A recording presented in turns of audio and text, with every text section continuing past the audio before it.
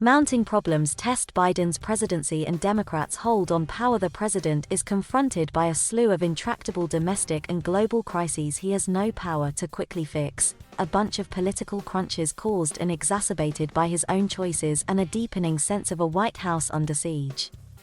Rising gasoline prices and inflation, a global supply chain backup that could empty Santa's sled, and a pandemic Biden was elected to end but that won't go away dominate a testing political environment. The economy seems to have forgotten how to get people back to work. That's largely due to a summer COVID-19 surge powered mostly by conservatives who refuse to get vaccines and who view masking and mandates as an act of government oppression. Biden has been in Washington nearly 50 years, so he may be more sanguine than most about the boom and bust cycle of presidencies that has been rendered more extreme by social media and corrosive national polarization. Yet with his approval ratings slipping fast, the president faces a political imperative to impose his authority amid a nagging national sense that a lot is going wrong. Democrats already fear midterm elections next year will be a Republican rout. And ex-President Donald Trump is prowling, gleefully painting a horror show about Biden's struggles to fuel the sense of chaos in which his demagoguery thrives ahead of a potential 2024 campaign. Even the White House admits things aren't going great.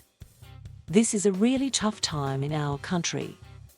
We're still battling COVID, and a lot of people thought we'd be through it, including us. Press Secretary Jen Psaki admitted on Friday. Successful presidents are able to rebound, to dig deep in crises and turn around their fortunes, and not get defined by nightmares as happened to Jimmy Carter with the Iraq hostage crisis or George W. Bush with the foundering Iraq War.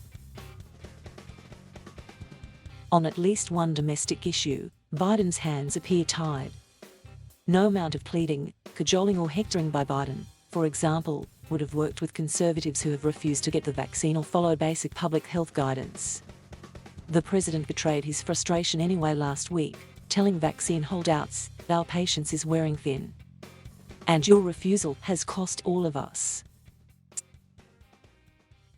Biden also faces an unprecedented challenge from a Republican Party that has largely given up on democracy itself.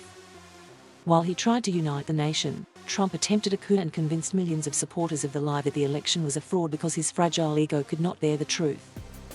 A relentless conservative propaganda machine pumps out falsehoods about the alternative reality in which Trump supporters prefer to dwell 24 hours a day. And fears are rising the now autocratic party of Lincoln will succeed in stealing the White House in 2024. In a sign they will do anything for power, Senate Republicans all but sent the economy spinning into default last week to score political points and may do so for real in December after warning they won't acquiesce in raising the federal borrowing limit again to pay for Trump's massive debts. A government shutdown also looms if Biden can't pass a funding bill by then. How Biden is authoring his own misfortune, but it's not all on everyone else. Biden and his Democratic Party also have to share a large part of the blame for their current plight. Even if his leadership contrasts with Trump's benign neglect, Biden hasn't been perfect on the pandemic either. His White House has sometimes spun mixed messaging on masks and public health guidance. Even as he declared partial victory over the virus on July 4th, it was already clear that the invading Delta variant meant his mission accomplished moment was premature. The failure of the administration to nominate a commissioner for the Food and Drug Administration remains a mystery in the depths of a pandemic. If the bills fail, Democrats may also rue their tactics.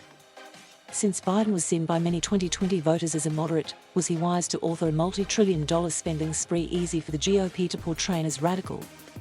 And was such a gamble asking too much of tiny congressional majorities that always meant comparisons to Lyndon Johnson and Franklin Roosevelt were overwrought? Trump creates a picture of chaos. All of this plays into Trump's hands. The ex-president may be a grave threat to American democracy, but he remains unequaled at spinning dire events into a base-pleasing political message.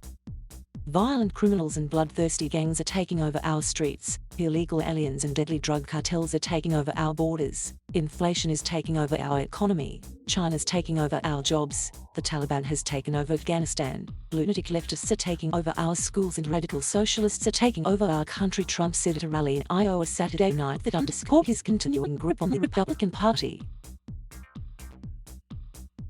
Trump has no governing power, so it's easy to card. Biden, however, faces a situation all presidents encounter. Whereas in the campaign he was the foil to Trump's failed presidency, contempt for democratic values and volcanic temperament that rocked the world, Biden is now being judged on his own terms. Therefore, outside events he can't control can be especially damaging, and leave little room for missteps on situations that should be within his control.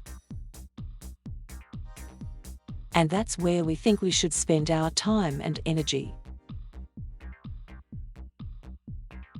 Thank you for watching. Please subscribe